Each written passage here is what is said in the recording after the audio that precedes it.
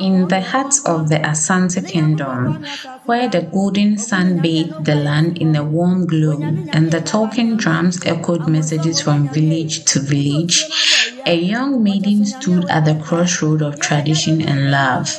Her name was Amasewa, the daughter of Nana Kusia, the revered priestess of the Esukwano shrine. She was beautiful, graceful, and on the cusp of womanhood.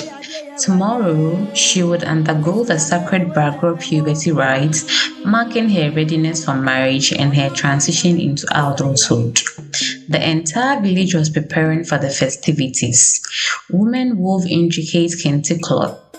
Elders polished their ancestral stools, and drummers rehearsed the beats that would accompany the grand ceremony. But within Ame's heart, there was no joy, only a heavy conflict. For while tradition called her to purity and obedience, love had already found her. She was in love with Kojopoku, a brave young warrior in training. For months, they had stolen moments in secret, whispering promises beneath the great baobab tree, dreaming of a future together. But their love was forbidden until Amma had completed her rites.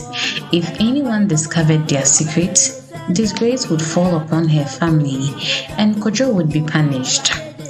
As the sun dipped below the horizon, the air buzzed with excitement. Amma sat inside the sacred hut, draped in a flowing white cloth, her body adorned with layers of gold beads. Elderly women painted sacred white clay symbols on her arms and forehead, praying for her purity and blessing her transition. The ritual was supposed to be a time of reflection, but Ame's mind was elsewhere. She had promised to meet Kojo one last time before the rites, before everything changed forever. That night, under the silver light of the moon, Amma slipped away from the hut, her heart pounding in her chest as she ran.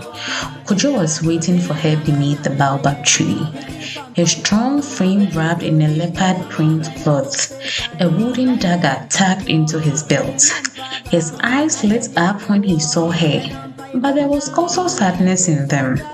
Amma, he whispered, taking her hands, let's leave. Let's run away together. Tears welled in her eyes.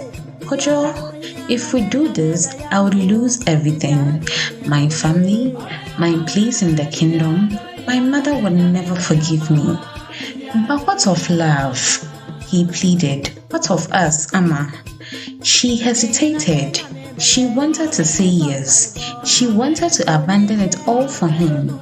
But before she could answer, a rustling in the bushes sent a jolt of fear running through her. A shadow emerged. Osei Kojo, Kojo's childhood friend, now turned rival. A smirk smile played on Osei's lips. Well, well, well, well, well. If it isn't the sacred maiden defiling her Anna the night before her rites, he sneered. The elders must hear of this. Amma's breath caught in her throat. Kojo stepped forward, his fist clenched. Osei, don't do this. But Osei had been waiting for this moment. He had always envied Kojo, his bravery, his stature, his strength, and most of all, Amma's love. Without another word, he turned and disappeared into the darkness, carrying their secret straight to the elders. By morning, the village was in an uproar. The sacred rites had been tainted. Amasewa was dragged before the council of elders, her mother standing beside them with cold, disappointed eyes. Kojo stood nearby, defiant, unwilling to deny his love. The chief elder's voice was grief. Amasewa, you have broken the sacred code. What do you have to say for yourself? Silence stretched between them. The villagers murmured, their eyes filled with judgment. Nana Kosia's face was unreadable, but Amma could feel the weight of her mother's shame. She turned to Kojo, then back to the elders. This was the moment. This was the choice that would define her fate. Would she accept her punishment and honor tradition, or would she choose love and face exile? As the drummers fell silent and the golden sun rose over the village, all waited for her answer, and with a deep breath, Amma spoke.